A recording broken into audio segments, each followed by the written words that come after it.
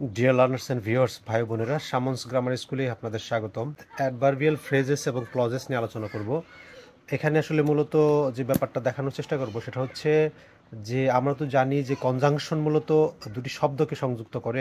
এখন মূলত কনজাংশন দিয়ে দুটি বাক্যকে কিভাবে সংযুক্ত করা যায় সেই বিষয়গুলোকে ক্লিয়ারলি বোঝার চেষ্টা করব এবং প্র্যাকটিক্যালি ইউজ করার চেষ্টা করব। প্রথম বাক্যটিতে আসি যে আমরা জানি যে কনজাংশন দুটি শব্দকে যুক্ত করে। এখন বেশিরভাগ ক্ষেত্রে আমরা দুটি বাক্যকে যুক্ত করার চেষ্টা করব। দেখেন 599 নম্বর বাক্যে এখানে newer problems arouse after the liberation war, মানে নতুন নতুন সমস্যার আবির্ভাব হলো যুদ্ধের শেষে।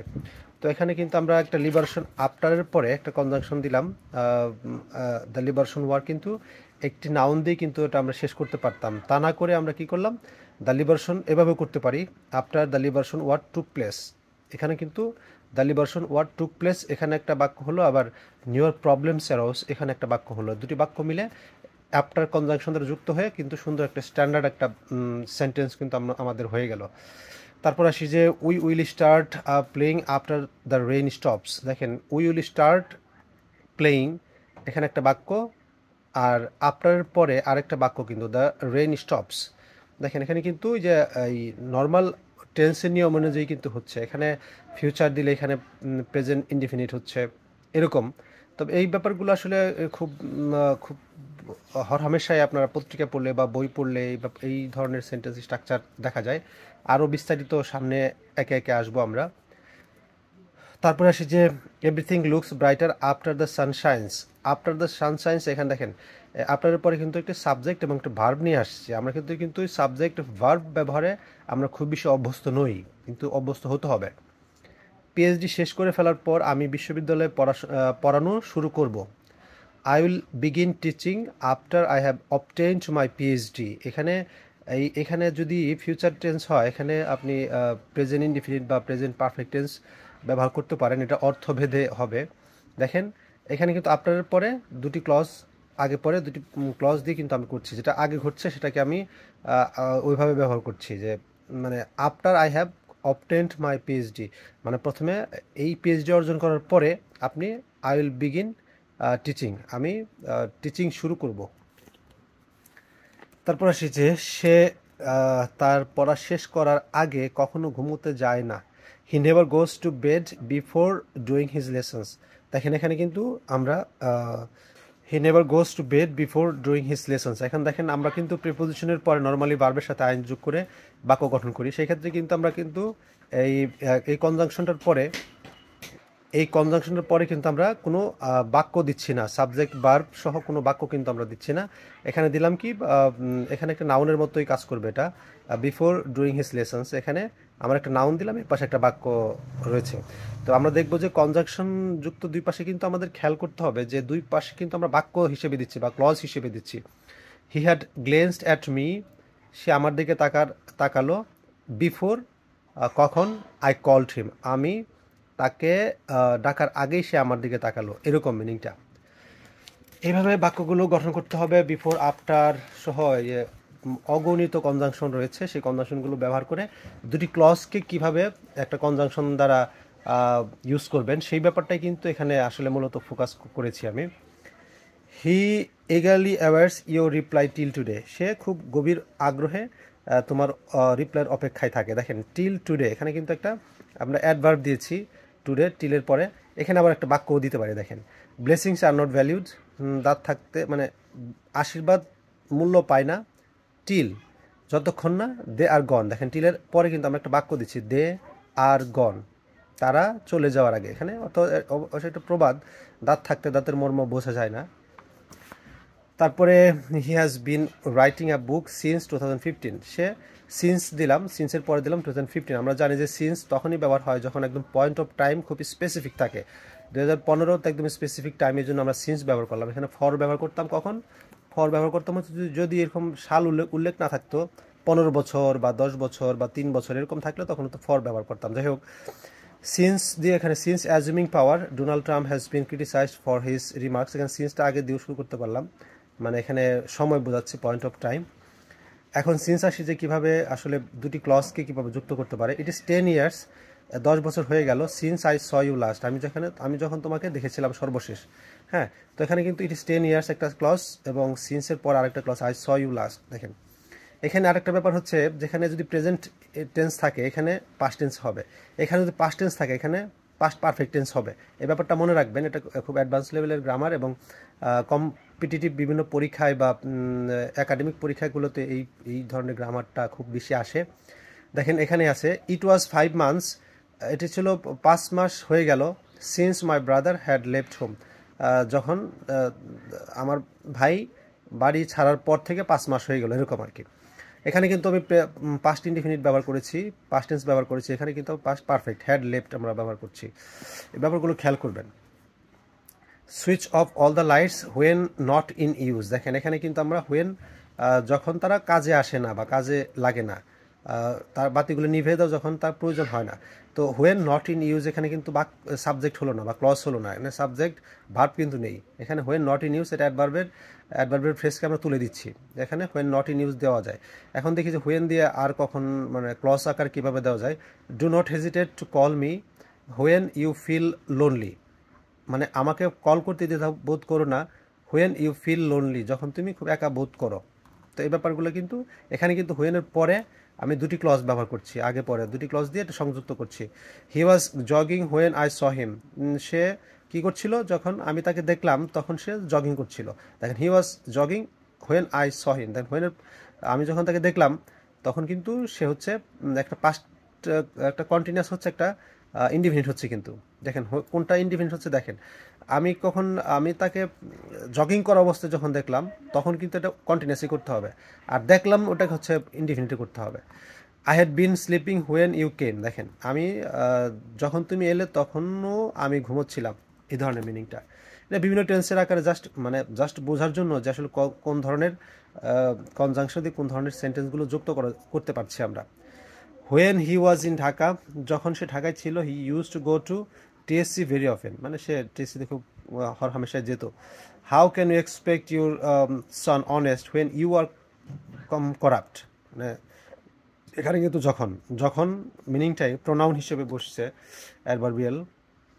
Do you snore while sleeping, দেখেন এখানে হোয়েন আর হোয়াইলের মধ্যে একটা পার্থক্য আছে কি, দুটি একই সময়ে ঘটবে কিন্তু হোয়াইলটা হচ্ছে একদম মানে একই সাথে ঘটবে, অর্থাৎ সময়ের ব্যবধানটা খুব কম থাকবে। ডু ইউ স্নোর মানে যখন আপনি ঘুমান তখন কিন্তু আপনি এই নাক ডাকেন, এই জন্য একদম একই সময়ে ঘটছে, ঘুমাচ্ছেন এবং নাক ডাকছেন, এই জন্য এখানে কিন্তু আবার একটু সময় একটু ব্যাপ্তি থাকবে। When he was in Dhaka he use to go to TSC, মানে এখানে কিন্তু সময়ের ব্যাপ্তি আছে একটু বেশি, মানে বোধহয় ঢাকায় যখন ছিলেন তখন এরকম যাইতেন, কিন্তু এখানে একদম একই সাথে কাজটা দুটি ঘটছে। How can you expect your son, মানে হোয়েনটা হচ্ছে একটু জেনারেল, আর এটা হচ্ছে হোয়াইলটা হচ্ছে যখন একদম স্পেসিফিক একই সময় দুটি কাজ ঘটে, তখন হচ্ছে একটি কাজের সাথে আইনজি যোগ করতে হয় বা একটি হোয়াইলটা ব্যবহার করতে হয় দুটি ক্লজের মাঝখানে। He does not give his years two anyone while in a হারি, দেখেন হোয়াইল ইন এ হারি কিন্তু একটি ফ্রেজ, অ্যাডভার্বিয়াল ফ্রেজ। এখানে আমরা ক্লজ হিসেবেও কীভাবে হোয়াইলটা ব্যবহার করতে পারি দেখি। Strike the iron while it is hot, ঝোপ বুঝে কূপ মারো, এটা প্রবাদ। আমরা ইংরেজি স্ট্রাকচারটা দেখি, স্ট্রাইক দ্য আয়রন হচ্ছে আয়রন হিট করতে বলছে, হোয়াইল ইট ইজ হট যখন এটি ঠিক তখনই, যখন এটি হট হয় মানে যখন এটি লাল হয়ে যায় গরম হয়ে, তখন হচ্ছে এটাকে হিট করতে হবে। তো এই হোয়াইলটা কিন্তু পার্থক্য, হোয়াইলের মধ্যে পার্থক্যটা আমরা বুঝলাম। হোয়াইলটা হচ্ছে খুব স্পেসিফিক, একই সময়ে অল্প সময়ের ব্যবধানে যেটা করতে হয় বা একই সময় যেটা হচ্ছে, এরকম ক্ষেত্রে হোয়াইল ব্যবহার করছি। আরেকটি খুব সুন্দর একটি বাক্য দেখি। The rich are building luxurious complexes while the poor are homeless, যখন লাক্সারিয়াস কমপ্লেক্স তৈরি করছে ধনীরা, তখন একই সময়ে গরিবরা কিন্তু আবার হোমলেস, মানে থাকার জায়গায় পাচ্ছে না বা গৃহ পাচ্ছে না। এখন কারণ অর্থে কীভাবে কয় ধরনের কনজাংশন ব্যবহার করতে পারে এবং কনজাংশনগুলোর আগে পরে কীভাবে ক্লজ ব্যবহার করা যায় সেই ব্যাপারগুলো দেখব। The country is poor because it is poor, আমরা জানি যে বিকজ অর্থ কারণ, তো এখানে সরাসরি ব্যবহৃত হয়েছে। The country is poor, the country হচ্ছে পোর বিকজ ইট ইজ পোর, কারণ এটি গরিব। অ্যাজ আই ওয়েন্ট আউট, এই দেখেন অ্যাজটা কিন্তু এখানে কারণ হিসেবে ব্যবহার করছে। অ্যাজ আই ওয়েন্ট আউট, আমি যখন বের হচ্ছিলাম একই সময়ে কিন্তু হচ্ছিল। I had a glance at my bed when I went out, এখানে কিন্তু অ্যাজটা হচ্ছে মিনিংটা অর্থাৎ সেন্সটা হচ্ছে কারণের, আর একটা হচ্ছে সিন্স ইউ আর ইল, যেহেতু তুমি ইল, এখানে কিন্তু ইলটা মানে হচ্ছে কারণ তুমি ইল, মানে যেহেতু তুমি ইল, ইউ নিড নট কাম, তোমার আসতে হবে না। দেখেন এখানে তোমাকে আসতে হবে না কেন, কারণটা কি, সিন্স ইউ আর ইল, যেহেতু তুমি অসুস্থ, এইভাবে মিনিংটা কিন্তু করতে হবে। I am sorry that you said so, দেখেন দ্যাট কিন্তু আই এম সরি, কেন sorry, that you said so, এখানে কিন্তু তুমি এরকম বলছো, এই জন্য কিন্তু আমি সরি। তারপরে I learn English so that I may communicate globally, আমি ইংরেজি শিখি কারণ যাতে আমি গ্লোবালি কমিউনিকেট করতে পারি। এখানে সো দ্যাট এবং লেস্ট একটি শব্দ আছে, আচ্ছা লেস্টটা পরে আসবে। শিখি, এখানে কিন্তু পজিটিভ একটা টোন আসছে, আই মে কমিউনিকেট গ্লোবালি, আমি যাতে বিশ্বব্যাপী যোগাযোগ করতে পারি, অথবা I learn English to communicate globally, এটাও হতে পারে। He encouraged me so that, অথবা ইন অর্ডার দ্যাট, একই meaning, that so that in order that. He encouraged me, আমাকে উৎসাহিত করলো যাতে I might not lose heart, আমি যাতে হতাশ না হই। দেখেন he encouraged me not to lose heart, তাও হতে পারে বাক্যটা। He works first so that in order that he may catch his office, দেখেন এখানে that so that in order that, কিন্তু এখানে ফার্স্ট কারণ কি, কারণটা হচ্ছে যাতে সে অফিসে বাসটা ধরতে পারে। হি works first to catch his office বাস, তাও হবে। এখন আরেকটা দেখি যে আসলে কখন এই আরেকটা সিমিলার মিনিং কিন্তু একটু উল্টো, মানে একই ধরনের সেন্টেন্স কিন্তু একটু মিনিংটা উল্টো। দেখেন Siraji goes to bus stand 10 minutes beforehand, Siraji কী করলো 10 মিনিট আগে বাস স্ট্যান্ডে গেল। লেস্ট, দেখেন he should miss the train, এখানে একটা শুড আনতে হয় লেস্ট ব্যবহার করলে। এখন এখানে কিন্তু সো দ্যাট ব্যবহার করলে হতো না। দেখেন Siraji goes to bus stand 10 minutes beforehand so that he should miss the train, কিন্তু হতো না। এখানে কিন্তু লেস্ট মানে হচ্ছে ওইটার উল্টোটা, যদি না মানে যদি ভয় হয় যে বা এরকম মিনিংটা, lest he should not miss the train, এখানে কিন্তু পজিটিভ শব্দ দেওয়া যাবে না। শুড ব্যবহার করতে হবে ঠিক আছে, কিন্তু মিস ব্যবহার করতে হবে, মানে হচ্ছে মিস, মানে ট্রেনটি ধরার কিন্তু কোনো ভয় থাকে না, ভয়টা থাকে হচ্ছে মিস করার, এই জন্য কিন্তু লেস্ট ব্যবহার করতে হবে এবং সাবজেক্টের পরে শুড ব্যবহার করতে হবে। Siraji goes to bus stand 10 minutes beforehand not to miss his bus, এভাবে দেওয়া যাবে। তবে সো দ্যাট এবং লেস্টের মধ্যে পার্থক্যটা আমার ধারণা যে আপনাদের ক্লিয়ার হয়েছে। He was such a rich man that he found a 5-star hotel, সে এতই ধনী ব্যক্তি ছিল যে সে একটা 5-star হোটেল ফাউন্ড করে ফেললো আর কি। He ate so many apples that he grew sick, মানে এখানে কিন্তু দ্যাটটা হচ্ছে কি, he ate so many apples, মানে এত বেশি আপেল খেলো যে তার পরিণামটা কি হয়েছে, হি গ্রিউ সিক, সে অসুস্থ হয়ে পড়লো। তারপর আসি he is very pleased that you have passed, he is very pleased that you have passed, সে এটা কি মানে এটা পরিণতি খেয়েছে। হি ইজ ভেরি প্লেসড, কারণটা কি, কারণ দ্যাট ইউ হ্যাভ পাস্ট, তুমি কারণ কি তুমি পাস করেছো, এই জন্য কিন্তু সে খুব হ্যাপি হয়েছে, মানে প্লিজড হয়েছে। He was annoyed that he was opposed, সে খুব অ্যানয়েড হয়েছে, কেন হয়েছে, কারণ হি ওয়াজ অপোজড, দ্যাট দিয়ে আমরা ব্যবহার করতে পারছি। এভাবে কিন্তু প্রচুর শব্দ বা বাক্য কিন্তু আপনার তৈরি করতে হবে, তাছাড়া কিন্তু আপনাদের ইমপ্রুভমেন্ট আসবে না আসলে। ইফ হি ইজ রিকোয়েস্টেড, তাকে যদি অনুরোধ করা হয়, he is ready to go, দেখেন এখানে কিন্তু ইফ একটা কন্ডিশনাল ব্যবহার করে শর্ত অর্থে আমরা ব্যবহার করতে পারছি। If you are waiting for a bus join the queue, if you are waiting for bus, এখানে এটা প্যাসিভের ইনডিফিনিট টেন্স, এটা কিন্তু আমরা কন্টিনিউয়াস টেন্সে করলাম। She might have recovered if she had proper nursing, should you be interested, দেখেন এখানে কিন্তু এটা আগে নিয়েও আমরা করতে পারি, এখানে ইফ দিতে হবে না। Should you be interested please let me know go, এখানে আমরা সরাসরি প্লিজ লেট মি নো আমরা বাক্যটা তৈরি করতে পারলাম। এখানে ইফ আই ওয়ার প্রেজেন্ট কিন্তু হতে পারতো, কিন্তু ওয়ারটা শুধু আগে আনলে এখানে ইফটা লাগবে না। Were I present I would oppose him, আমি তাকে তার বিরোধিতা করব। তারপর আসি যে আরও কিছু শর্ত কীভাবে আমরা দিব।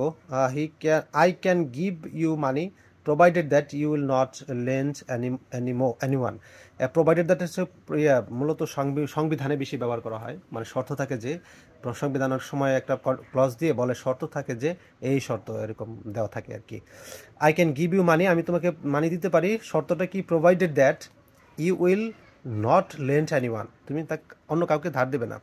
Nobody will be your friend unless you have a smiling face, দেখেন আনলেস দিয়ে কিন্তু দুটি ক্লজকে যুক্ত করতে পারছি আমি, হ্যাভ এ স্মাইলিং ফেস। কনসেশনটা কীভাবে হবে, ছাড় দিলে বা যা ঘটার কথা তার বিপরীত কিছু ঘটে। দেখেন although he is my friend, যদিও সে আমার ফ্রেন্ড, ঘটার কথা কি, ফ্রেন্ডের আমি সাপোর্ট করার কথা, কিন্তু I will not indulge in his Giles, দেখেন অলদো দিয়ে আমরা কিন্তু যেটা ঘটার কথা তা ঘটছে না কিন্তু। I wish him good luck, আমি তাকে তার শুভকামনা করি। Even if he treats me his enemy, মানে শুভকামনা করি যদি সে আমার বন্ধুদের শত্রুদের, তো আমি শুভকামনা করার কথা না, কিন্তু আমি কিন্তু করছি। এটা কিন্তু কনসেশন অর্থে ব্যবহার করা হয়। এখন দেখি প্রনাউনের সাথে এবার যোগ করে কিভাবে বাক্য গঠন করা হয়, বা দুটি ক্লজকে একত্রে যোগ করা হয় খুবই। যেমন ধরেন, I will give you what you want, এখানে কিন্তু হোয়াটটা হচ্ছে তুমি যা চাও আমি তোমাকে তাই দিব। এখানে যদি জোর দেই আমি তোমাকে তাই দিব, সেক্ষেত্রে কিন্তু এভার নামে এভার একটা ব্যবহার করতে হবে প্রনাউনের সাথে। এবার ধরেন, তুমি তাকে যাই কিনে দাও না কেন, যা কিনে দাও কিনা কিন্তু বলছি না, কিন্তু যাই কিনে দাও না কেন, তখন জোর দিচ্ছি এই যাইয়ের উপরে। এই জন্য আমরা কিন্তু এভার আনতে হবে। যেমন যাই কিনে দাও না কেন, সে কান্না থামাবে না। Whatever you buy him, he will not stop crying. দেখেন, এখানে কিন্তু হোয়াট এভার ব্যবহার করছি আমরা। আবার ফলাফল যাই হোক না কেন, এখানে যা হোক না কেন বলছি না, কিন্তু যাই হোক না কেন। তো whatever may be the result, ফলাফল যাই হোক না কেন, I will be supporting you, আমি তোমাকে সাপোর্টিং করতে থাকবো। তুমি যেই হও না কেন, আমি তোমাকে ভয় করি না।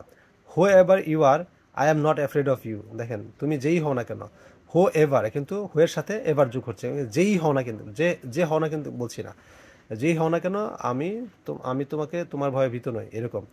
Whoever you are, I am not afraid of you. যেটি, এখানে কিন্তু রসই দিচ্ছি, যেটি যেটি তোমার ব্যাগ হোক না কেন আমি তা চিনতে পারবো। Which ever your bag is, I will trace it out. I agree, দেখেন এখানে কিন্তু আমি সাবজেক্ট হিসেবে ব্যবহার করলাম, এখানে আমরা অবজেক্ট হিসেবে ব্যবহার করতে পারি। I agree with whatever you decide. দেখেন, এখানেও কিন্তু ওই সাবজেক্ট হোয়াট এভার আগে পরে দুটো ক্লজ। আই অ্যাগ্রি একটা clause, with whatever you decide, এখানে কিন্তু মানে আমরা করতে পারছি, মানে দুটি ক্লজ যুক্ত করতে পারছি হোয়াট এভার দিয়ে। Take whichever you like, তুমি যেটিই পছন্দ করো সেটি নিতে পারো। সে যখনই সময় পায় তখনই বই পড়ে। He reads book whenever he finds time, যখনই সে সময় পায়।